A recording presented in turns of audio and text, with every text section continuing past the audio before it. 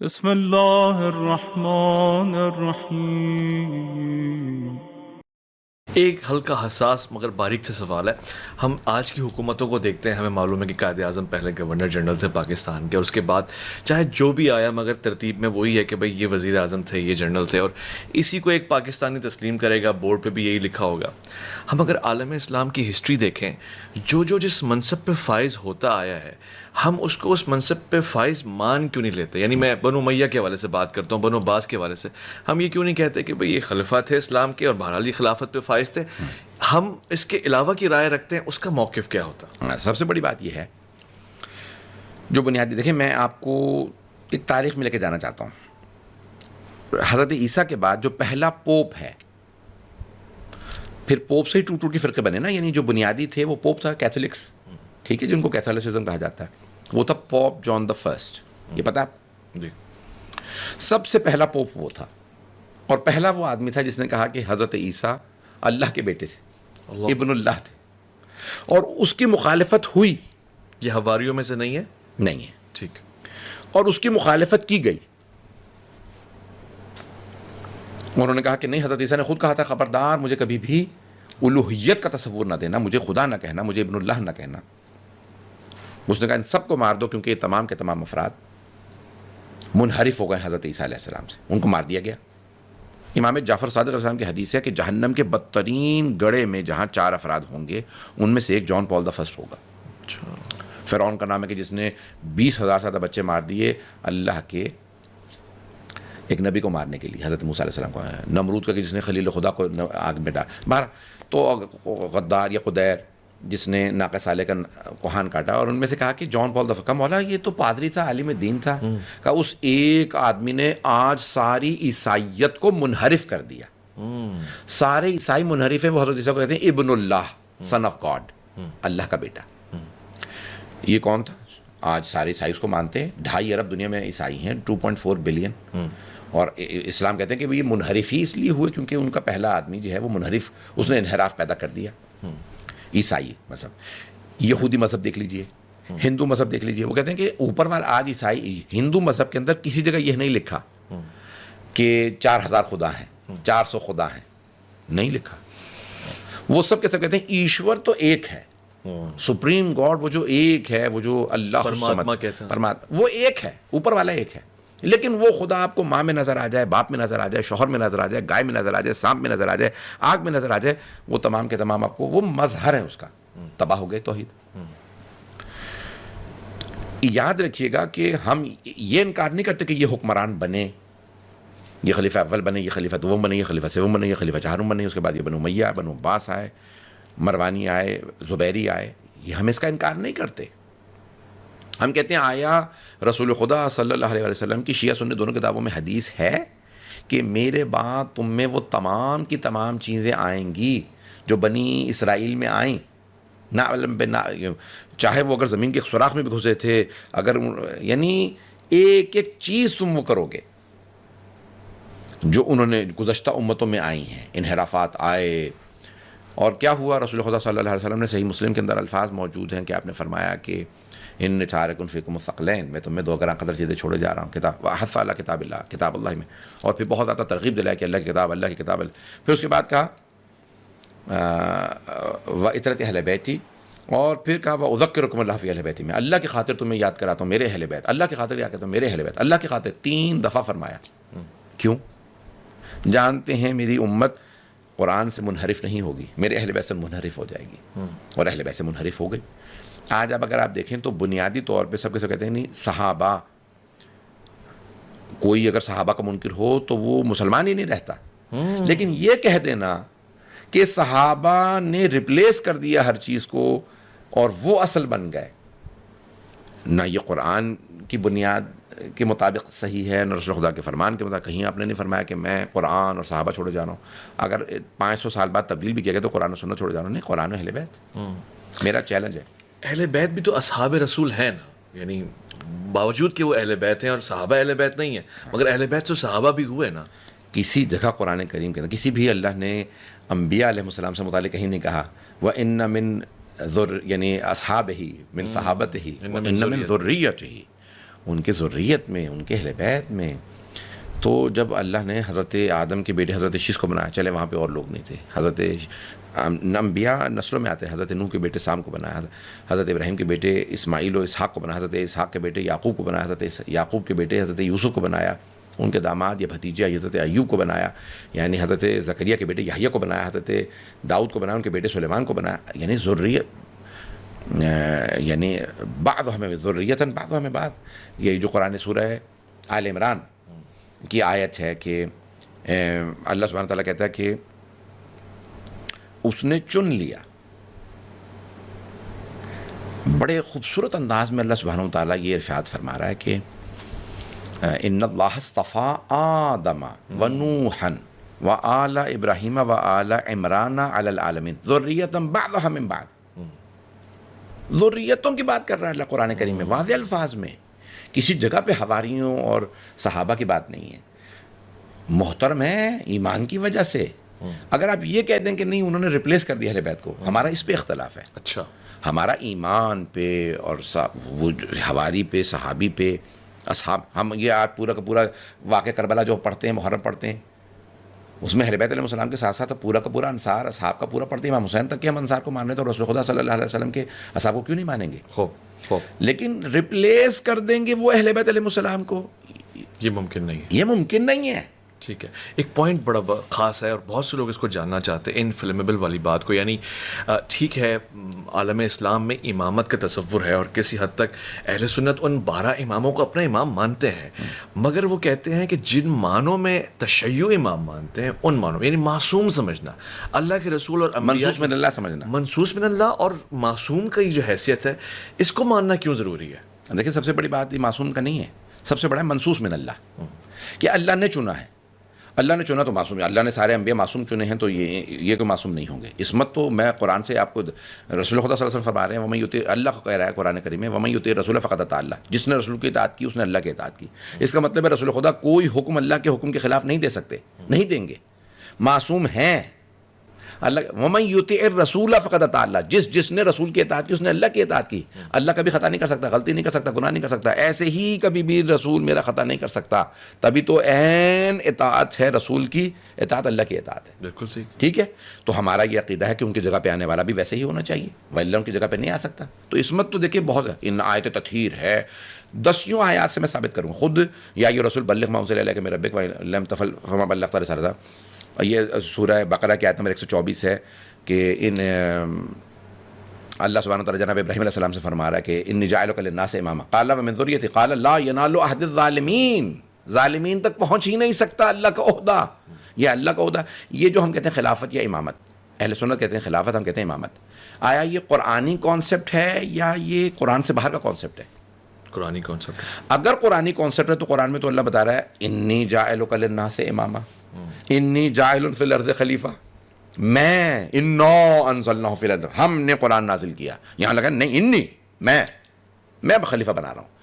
تو قرآن کریم میں تو خلیفہ اللہ بنا رہا ہے، قرآن کریم میں تو امام اللہ بنا رہا ہے اور اس میں ثابت ہے. کیوں؟ ظالموں کو نہیں ملے گا. ظلم اللہ پہ بھی ہوتا ہے، ان الشرک لظلم عظیم. صحیح. شرک کرنا اللہ پہ ظلم ہے. دوسرے انسان پہ ظلم ہوتا ہے، واضح ہے. اپنے نفس پہ گناہ، اپنے نفس پہ ظلم ہے. یعنی کسی بھی ظالم یعنی کسی گناہ گار کو نہیں ملے گی. جو گناہ نہ کرے پوری زندگی وہی تو معصوم ہوتا ہے. بالکل ٹھیک. تو اس کا مطلب ہے معصوم. یہ تو دیکھیں یہ بحث سب سے بڑے منصوص من اللہ. میں ایک اور بھی دلیل دے دوں اس کے اوپر، دینے لے بہت ہے. سارے انبیاء علیہ السلام کے اوصیاء اللہ نے چنے. صحیح. آدم یہ آپ کا وصی ہے، یہ آپ کا جانشین ہے. اب آپ اسے خلیفہ کہہ لیں، امام کہہ لیں، نبی جو بھی کہہ لیں. حضرت آدم علیہ السلام سے کہا یہ آپ کا، حضرت نوح علیہ السلام سے کہا یہ آپ کا جانشین، ابراہیم یہ آپ کا جانشین، اسماعیل یہ آپ کے جانشین، اسحاق یہ آپ کے جانشین، یعقوب یہ آپ کا جانشین. سارے انبیاء کے اللہ نے چنے. قرآن کریم کی آیت ہے وَلَن تَجِدُوا فِي سُنَّتِ اللَّهِ تَبْدِيلًا. تم اللہ کی روش میں کبھی تبدیلی نہیں پاؤ گے. جب اللہ کی روش میں کبھی تبدیلی نہیں آئے گی تو پھر یہاں پہ استثناء کیوں ہو گیا؟ رسول خدا کے اوصیاء اللہ نے امت پہ کی چھوڑ دیے. اللہ ہی چنے گا، منصوص من اللہ ہے. شیعہ عقیدہ یہ ہے کہ جب سارے انبیاء علیہ السلام کے جانشین اللہ نے چنے تو رسول خدا کے جانشین بھی اللہ چنے گا. امت کو کوئی حق نہیں ہے، اللہ نے چنے. جب سب کے 12 تھے تو رسول خدا کے بھی 12. وَبَعَثْنَا مِنْهُمْ 12 نَقِيبًا. 5واں سورہ 12ویں آیت سورہ مائدہ کے اندر آیت ہے کہ ہم نے بنی اسرائیل میں 12 نقیب بھیجے، جناب موسیٰ کے 12، حضرت عیسیٰ کے 12 حواری. ابھی میں کیمبرج یونیورسٹی میں کورس پہ گیا ہوا تھا، وہاں پہ سارے یہودی عیسائی سب، یعنی جو انہوں نے 7 یہودی بلائے تھے ادیان، ان کے سب سے بڑے جو کہہ لیں کہ اسکالرز، ریبائز، اور ان کے اور 7 تھے عیسائی، 7 مسلمانوں میں صرف ایک شیعہ میں تھا. تو ان کا کہ ہمیں کوئی کامن چیز مل سکتی، سب خاموش بیٹھے تھے. میں نے ہاتھ کھڑا کیا، میں نے کہا ہاں ایک چیز ہم سب میں کامن. کہنے میں نے کہا 12. کیا مطلب؟ میں نے کہا 12 آپ لوگ 12 کو. کہیں گے ہاں آپ لوگ بھی 12 کو مانتے ہیں. میں نے کہا ہاں عیسائی بھی 12 کو مانتے ہیں، یہودی بھی مانتے ہیں، سارے ادیان میں 12 ہیں. صحیح بخاری میں 12 ہیں، قرآن میں 12 ہیں، صحیح مسلم میں 12 ہیں، ترمذی میں 12 ہیں، نسائی میں 12 ہیں، مسلم حدیث میں بھی ظاہراً 12، ہر جگہ 12 لکھے ہیں. تو یہ 12 لوگ چنیں گے یا جب 12 بتا رہے ہیں اس کا مطلب ہے کہ وہ برگزیدہ ہیں، کوئی خاص لوگ ہیں. یہ میرے تیرے جیسے نہیں ہو سکتے، اس کا مطلب کوئی خاص لوگ ہیں. تو ہمارے جیسے نہیں ہیں، یہ خاص ہیں. اور یہ پھر معصوم ہیں. ان کی میں نے ابھی آپ کو اتنی آیات پڑھ دی ہیں، ان سب کی الگ الگ بحثیں ہیں پوری جن سے ثابت ہوتی ہے عصمت. اور سب سے بڑی بات یہ کہ ان کو اللہ چنے گا. اور رسول خدا فرما رہے ہیں انی تارک فیکم الثقلین، میں تمہارے درمیان 2 گنا قدر چیزیں چھوڑے جا رہا ہوں، کتاب اللہ ہی و اطاعت اہل بیتی. میں اللہ کی کتاب چھوڑے جا رہا ہوں اور اپنی اطاعت اہل بیت. ہم صحابہ میں کیوں تلاش کر رہے ہیں؟ جب پیغمبر کہہ رہے ہیں میں اپنی اطاعت اپنے اہل بیت چھوڑے جا رہا ہوں، تو پھر ہم اہل بیت میں کیوں نہیں تلاش کر رہے؟ یہ 12 جب میں مثال کے طور پہ میری انگوٹھی اس ہال میں کھو جاتی ہے، میں باہر جا کے باغ میں تلاش کرنا شروع کر دیتا ہوں. باغ میں ملے گی نہیں کیونکہ کھوئی یہاں ہے، تلاش یہیں کرنی پڑے گی. تو ہم نے جب 12 تلاش کرنے تو ہمیں اہل بیت ہی میں تلاش کرنے چاہیے، کیونکہ پیغمبر فرما رہے ہیں کہ میں صحابہ نہیں، میں قرآن اور اپنے اہل بیت چھوڑے جا رہا ہوں. اہل بیت جب چھوڑے جا رہا ہوں، جہاں پہ بھی پہلے 500 سال میں حدیث آئی ہے شیعہ سنی کتابوں میں، تو قرآن و اہل بیت ہی آیا. صحیح مسلم میں بھی قرآن و اہل بیت. جب اطرتی اہل بیت ہی کہہ دیا تو پھر اہل بیت میں تلاش کریں. وہ پیغمبر کے 12 خلفاء، وہ پیغمبر کے 12 جانشین، وہ پیغمبر کے 12 ائمہ. ٹھیک ہے، مان لیتے ہیں قبلہ. اتنا ضروری سوال یہاں پہ پیدا ہوا ہے کہ اگر ان 12 کو اپنا امام بنا لیں گے تو فائدہ کیا ہوگا؟ یعنی دنیا اور آخرت کی بات تو ٹھیک ہے، مگر نظام اسلامی میں فائدہ کیا ہوگا؟ سب سے بڑی بات یہ ہے، دیکھیں مثال کے طور پہ میں دیکھتا ہوں کہ ایک آدمی چوری کر رہا ہے، میں جا کے فوراً اس کا ہاتھ کاٹ دیتا ہوں. میں نے دیکھا ایک آدمی نے قتل کر دیا، میں نے اس کو جا کے گولی مار دی. میں نے دیکھا ایک صاحب جو ہیں وہ قانون توڑ رہے ہیں، گاڑی انہوں نے سرخ لائٹ سے نکال دی، میں نے فوراً جا کے شیشے توڑ دیے. آپ کہیں گے مولانا آپ رپورٹ کریں، یہ پولیس کا کام ہے، ادارے موجود ہیں، عدالت موجود ہے، عدالت کا کام ہے. ایک آپ نہ جج ہیں، نہ قاضی ہیں، نہ حکمران ہیں، نہ پولیس ہیں، نہ مقننہ ہیں، نہ کیا ہیں آپ؟ ایک عالم دین. یہ تھوڑا آپ خود سڑک پہ جا کے ہر قانون نافذ کرنے لگیں گے. جس کو تنفیذ کا اللہ نے حق دیا ہے اس کو ہٹانا سب سے بڑا گناہ ہے کبیرہ میں. اللہ نے جس کو تنفیذ اسلام کے نافذ کرنے کا، تنفیذ کا حق جسے اللہ نے دیا، اسے چھیننا سب سے بڑا گناہ. کیوں؟ یہ اس پہ ظلم بھی ہے اور اللہ پہ ظلم ہے کہ جس کو تو نے چنا تھا ہم نے اس کو معزول کر دیا، ہم نے اس کو محروم کر دیا اس کے حق سے. نبی اکرم صلی اللہ علیہ وسلم اللہ نے کہا میں نے آپ کو چن لیا، آپ اسلام نافذ کرنے کا قانون رکھتے ہیں. ان کی جگہ پہ اگر کوئی آ جائے تو کیا رسول اکرم پہ ظلم نہیں ہے؟ اور جو اللہ کا برگزیدہ نبی کا جانشین ہے اس کی جگہ پہ کوئی آ رہا کہ وہ کہتی انہوں نے بھی تو آ کے ملک ہی فتح کیے، انہوں نے بھی تو آ کے ہاتھ ہی کاٹے ہیں چوروں کے، اور انہوں نے بھی تو آ کے ارے بھائی جن کا تنفیذ کرنے کا حق ہی نہیں ہے. مگر حدیث کہہ رہی ہے کلکم رائن و کلکم مسئول عن رعیہ، تم میں سے ہر کوئی ذمہ دار ہے، ہر کوئی جواب دہ، اور ہر کسی کو مبلغ اسلام بنایا ہے. یعنی اس کا مطلب ہے ہر آدمی خلیفہ بن سکتا ہے، ہر آدمی امام بن سکتا ہے، ہر آدمی نبی بن سکتا ہے، ہر آدمی نہیں. غلط ہے یہ. ایک حدیث کی غلط انٹرپریٹیشن نہ کریں. حدیث ہے کلکم، یعنی ہر آدمی اللہ کے نزدیک جواب دہ ہے. اپنے بچوں کو خود روکوں، اپنے گھر کے اندر برائی نہ آنے دوں، سڑک پہ برائی ہو رہی ہو، لیکن نہ یعنی اس قانون کے، اس حکومت کے، اس قانون کے نافذ کرنے کا حق کسے ہے؟ اس کو انکار نہیں کیا جا سکتا، ولا پھر خلیفہ کی حیثیت ہی نہیں رہتی. اسی کو کیوں خلیفہ مانا جائے؟ پھر اس کو بھی حق نہیں ہے. آپ یہی کہہ رہے ہیں نا اجماع کے ذریعے ان کو حق مل گیا. ہم کہہ رہے ہیں اجماع کے ذریعے نہیں ملتا، اللہ کے ذریعے ملتا ہے. آپ کہہ رہے ہیں کہ یہ استخلاف کے ذریعے مل گیا. جب میری پہلے پوزیشن ثابت ہوگی کہ میں خلیفہ ہوں تو میں استخلاف کروں گا نا. میں ہوں، میں آپ کو بنا رہا ہوں، میرا اپنا ہی ثابت نہیں ہے. مان نہ مان میں تیرا، میں خود میں نبی ہوں، میں نے آپ کو نبی بنا دیا. او بھائی تو جب نبی ہے بھی تو اللہ بنائے گا تیری جگہ پہ نبی. جس کا حق ہی نہیں ہے تو وہ آگے سے استخلاف نہیں کر سکتا. جس کا حق ہی نہیں ہے اس کا اجماع سے ثابت نہیں ہے، جس کا حق ہی نہیں ہے اس کا شورا سے ثابت نہیں. جب ثابت نہیں ہے تو کسی طرح سے ثابت نہیں ہے. ٹھیک ہے، ٹھیک ہے. کیا مجھ سے آج کے زمانے میں ظاہر ہر کسی کو موت آ رہی ہے اور جب میں قبر میں جاؤں گا تو مجھ سے ان 12 اماموں کا پوچھا جائے گا یا ان شخصیات کے جو مجھ سے کئی سو سال پہلے آئیں تبلیغ کی، کیا ان کا اور میرا کوئی ربط ہوگا؟ دیکھیں یہ قرآن، یہ رسول خدا صلی اللہ علیہ وسلم کی حدیث ہے. یہ جو ہے نا یوم، قرآن کریم کی آیت ہے، ظاہراً سورہ حج کی آیت ہے، یوم ندعو کل اناس بامامہم، اس دن ہم ہر آدمی کو اس کے امام کے ساتھ بلائیں گے، پکارا جائے گا. یہ امام علی علیہ السلام کی رعیت، یہ حضرت امام حسن علیہ السلام کی رعیت، یہ امام حسین علیہ السلام کی رعیت ہے، یہ امام مہدی علیہ السلام کی رعیت ہے.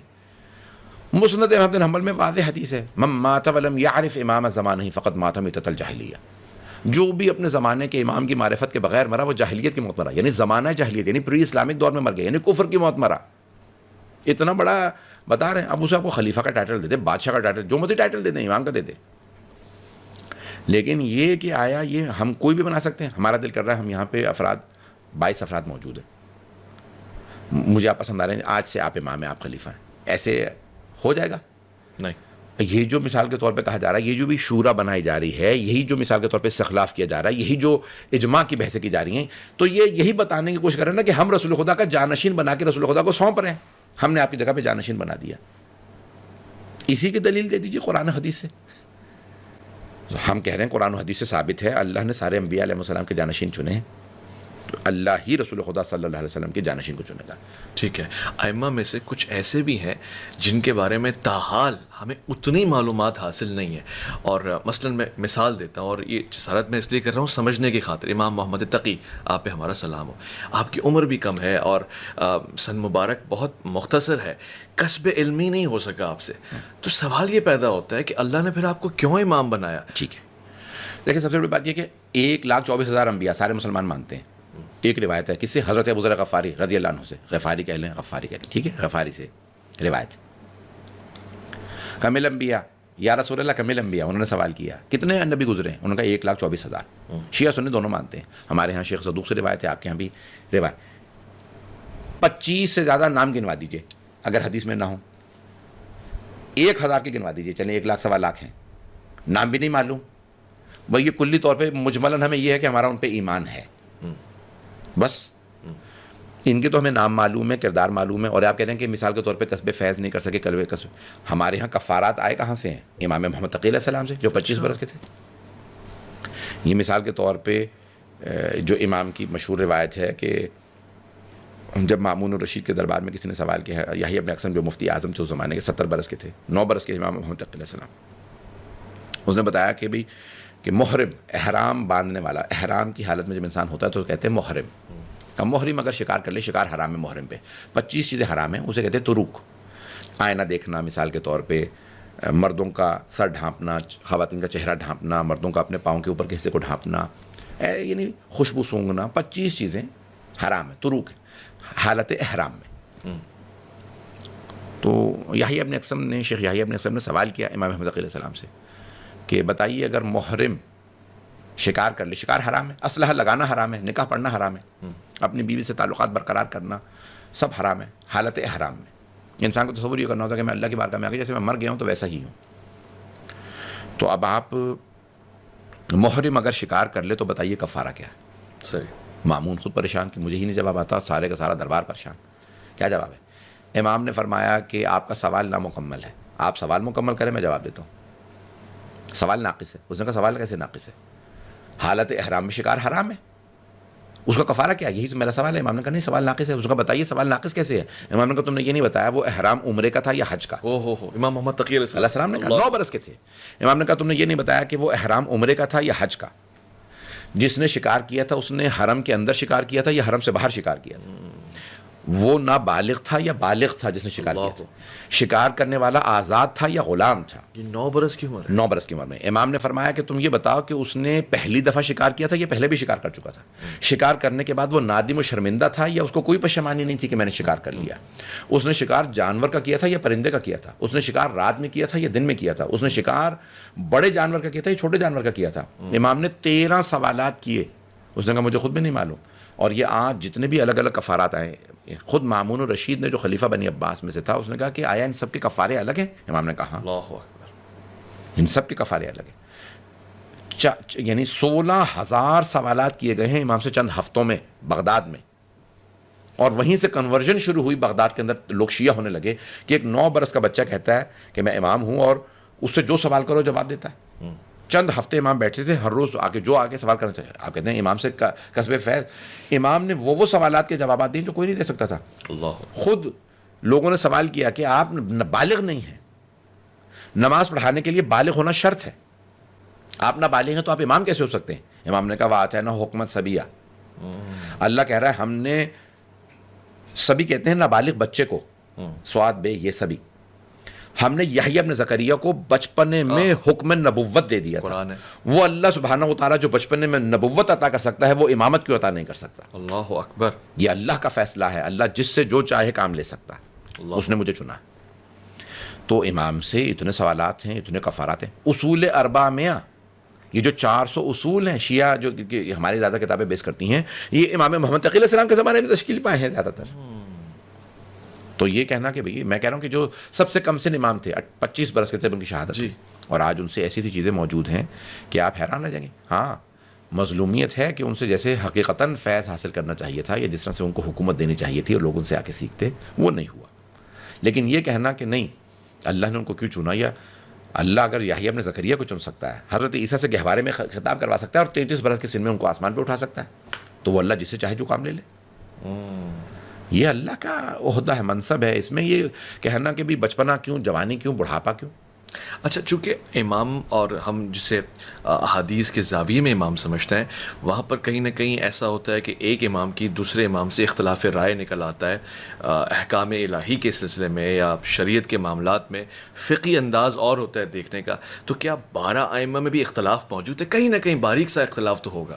میرا چیلنج ہے کہ 12 کے اقوال میں کسی جگہ پہ آپ کو اختلاف نہیں ملے گا. یہ جو افراد ثابت کرنے کی کوشش کرتے ہیں کہ کردار میں اختلاف تھا, امام حسن حسین, امام حسن بچپن سے صلح کن تھے اس لیے انہوں نے صلح حسن کر لی, اور امام حسین جو ہیں وہ بچپن سے جو ہے کشتی کرتے تھے اور جنگجو تھے, اپنے بابا کی طرح سے تھے. حضرت علیہ السلام تلوار اٹھاتے تھے, امام حسین کو تلوار چلانے کی عادت تھی اس لیے وہ کربلا چلے گئے. یہ غلط ہے.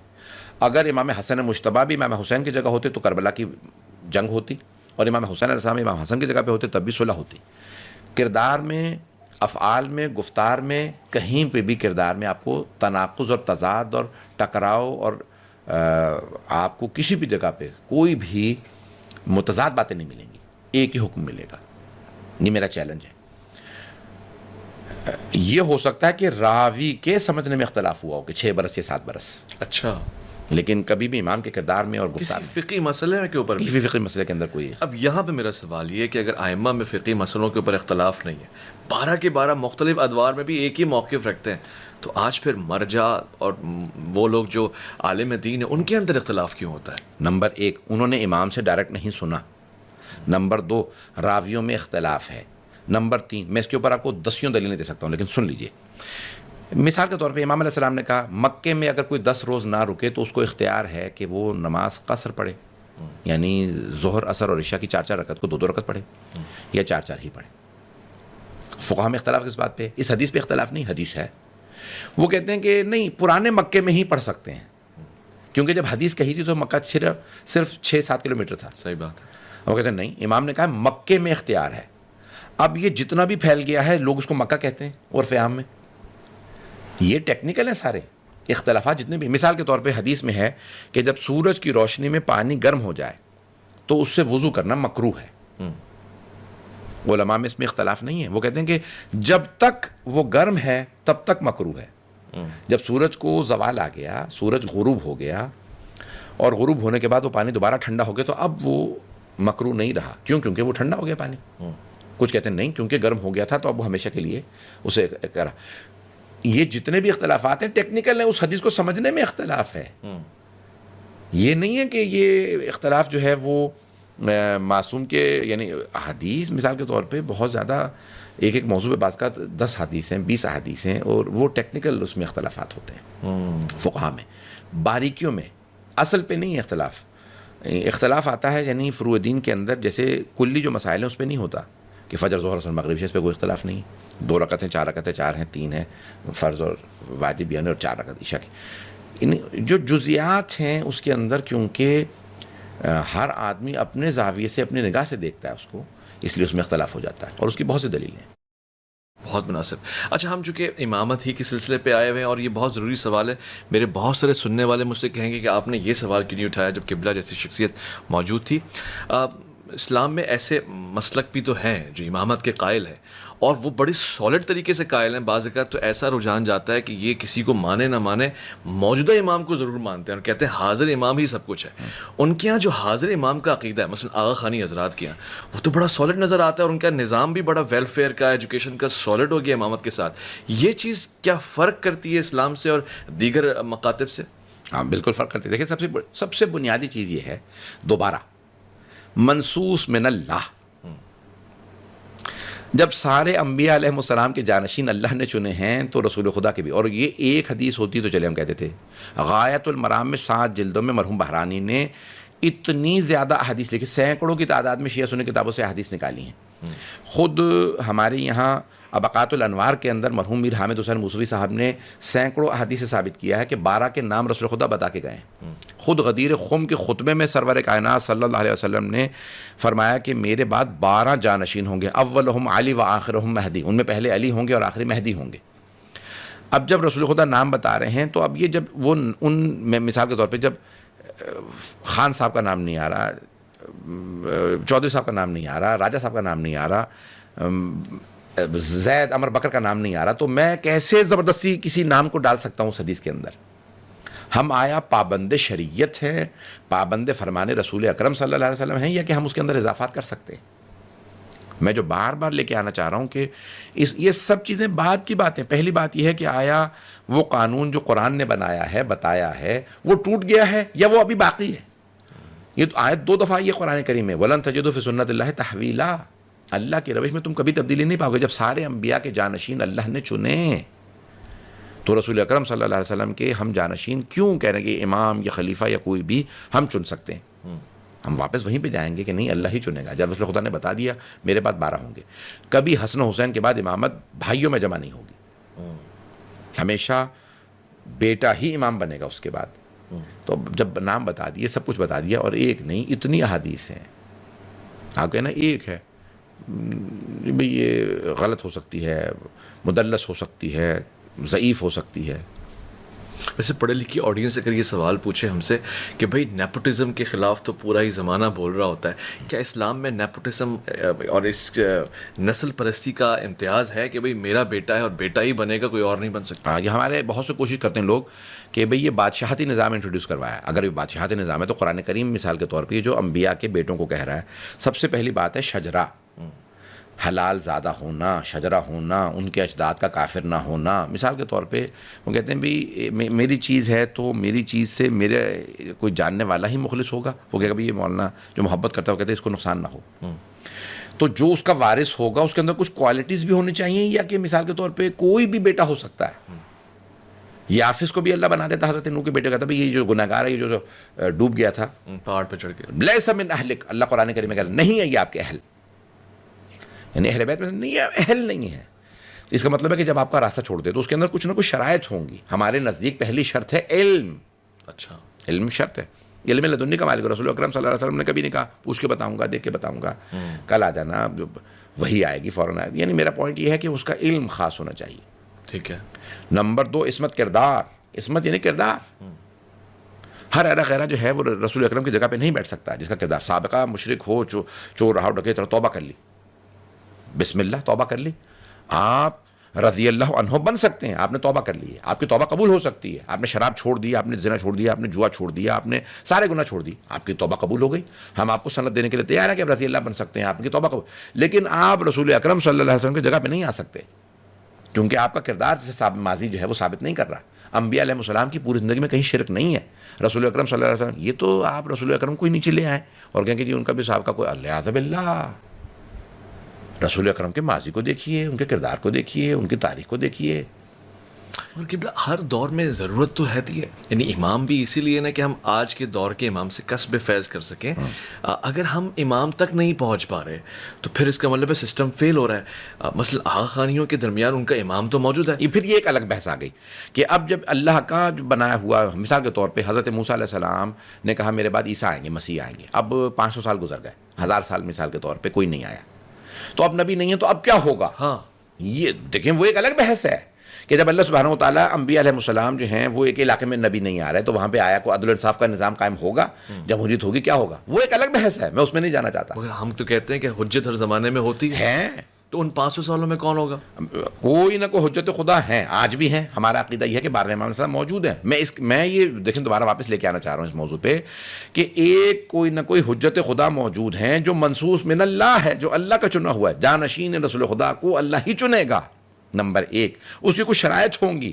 اب اگر لوگ آئیں مثال کے طور پہ حضرت علی کو قتل کر دیں, امام حسن کو قتل کر دیں, حضرت علی کو ضربت لگی, عبد الرحمن بن ملجم نے, میں نام نہیں لیتا, کہ مثال کے طور پہ امام حسن علیہ السلام کو زہر دلوا دیا حکمران وقت نے, امام حسین علیہ السلام کو تو خنجر چلائے, ان کے اصحاب کو سب کو شہید کر دیا, ان کو شہید کر دیا. امام زین العابدین علیہ السلام کو زہر دلوا دیا گیا, امام محمد باقر علیہ السلام کو زہر, تو اب زہر دلوا, تو اب یہ جب مسلسل لوگ مارتے رہیں گے اللہ کے برگزیدہ لوگوں کو, تو اللہ پھر کیا کرے گا, عیسیٰ کو آسمان پہ اٹھا لے گا, تو امام مہدی علیہ السلام کو بھی پردے میں لے جائے گا. میں تب دوبارہ بھیجوں گا جب تم اہل ہو جاؤ گے, جب تم اس لائق ہو جاؤ گے کہ تم ان کو تسلیم کرنے لگو, ماننے لگو, پھر میں بھیج دوں گا. تو اللہ نے حضرت عیسیٰ کو بھی تو آسمان پہ اٹھا ہی لیا نا 2000 سال پہلے, جب یہودیوں نے ان پہ ظلم کیا, بنی اسرائیل نے ظلم کیا, اللہ نے اٹھا لیا, حضرت محمد کو پردے میں ڈال. یہ اب ایک الگ بحث ہے کہ اب جب معصوم اللہ کا برگزیدہ نبی امام علیہ الصلوۃ والسلام جو معصوم ہوگا وہ نظام کو نہیں چلا رہا ہوگا, تو اس کی جگہ کون ہوگا. اس پہ بہت اختلاف ہے, یہ ایک الگ موضوع ہے کہ اس نظام کو کون چاہیے. یہ نہیں میں کہہ رہا کہ کچھ نہیں ہونا چاہیے, حکومت ہونی چاہیے, نظم و ضبط کے ہم منکر نہیں ہیں, ہم حکومتوں کے منکر نہیں ہیں. ہم یہ نہیں کہتے کہ حکومت نہیں ہونی چاہیے, نظام نہیں ہونا چاہیے. اگر آپ ہر جو مر جائے گا پھر تو ہر جو مرج نہیں کے قائل نہیں ہے ہم کہ سب تباہ ہو جائے, ہر آدمی اپنے اپنے جنگل کا قانون نہیں, کوئی نہ کوئی قانون ہونا چاہیے, وہ حکومت. لیکن یہ کہ مثال کے طور نبی کے ہوتے ہوئے کوئی آدمی کہے کہ نہیں میں ان کو حکومت نہیں کرنے دوں گا, اسی طرح سے امام کے ہوتے ہوئے کوئی آدمی کہے کہ میں ان کو نہیں حکومت کروں گا, میں حکومت کروں گا, یہ جائز نہیں ہے.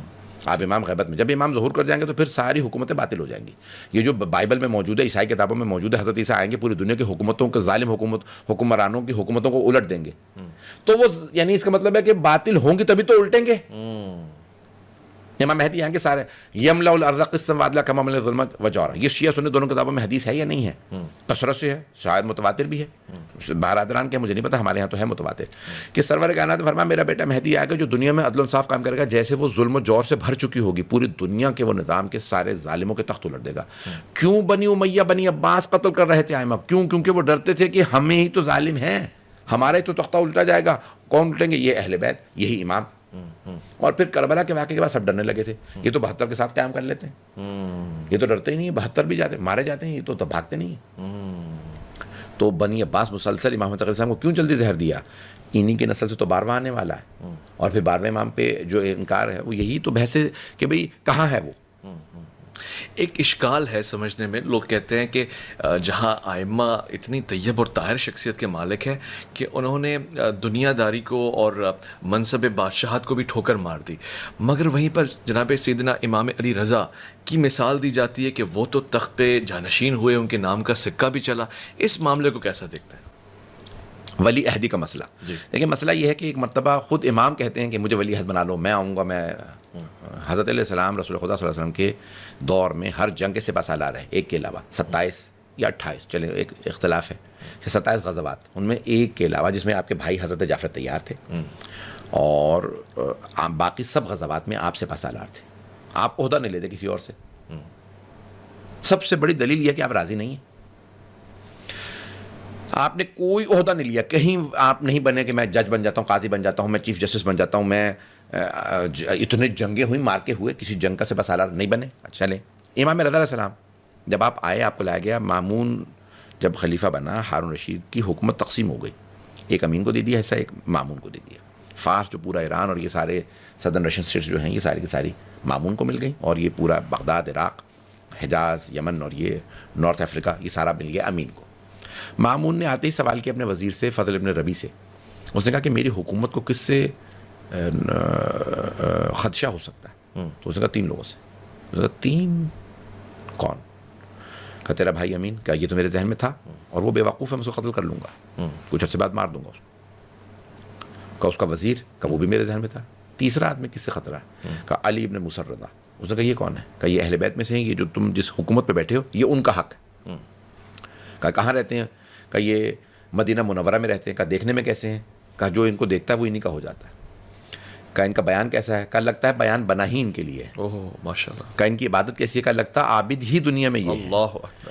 تو کہا ان کو مدینے میں مت رہنے تو ان کو مشہد مقدس یعنی خراسان لے آؤ. مرو میں اس وقت مشہد مقدس یہ نہیں تھا، یہ جو آج شہر ہے. تو بہرحال اس کا کیپٹل جہاں پہ وہ تھا خراسان. تو اس نے کہا کہ یہاں لے آؤ، میں دیکھنا چاہتا. لے آیا. اس نے کہا کہ میں آپ کو اپنا ولی عہد بنانا چاہتا ہوں. امام نے کہا میں بننا نہیں چاہتا. اس نے کہا کہ نہیں، آپ کو ولی عہد بننا پڑے گا. امام نے کہا اگر تم زبردستی کر رہے ہو تو جو چاہو عنوان لکھ دو. اگر پوچھ رہے ہو تو میں نہیں چاہتا، میں انکار کر رہا ہوں. لکھنے کو تم جو مرضی لکھ دو مجھے. اس نے اپنی تائید حاصل کرنے کے لیے سارے لوگوں کو کہا کہ میرے ولی عہد امام رضا علیہ السلام ہے. اس نے امام کو ٹائٹل دیا، ان کے نام کا سکہ چلایا. لیکن کیا ہوا، 2.5 سال میں مسلسل وہ امام سے مناظرے کرتا رہا، مناظرے رکھواتا رہا. پوپ سے رکھوایا، آرچ بشپ یعنی کہہ لیں، اور حزب ہربز جو راس الجالوت یا جتنے بڑے بڑے جو یہودی عیسائی زرتشت اور ستارہ پرست صابئی اور ہندو جو وہاں سادھو اور جتنے تھے ان سب سے امام کے مناظرے کروائے. اور اس سے پورے ایران کے اندر ایک اہل بیت کا مکتب رائج ہوا.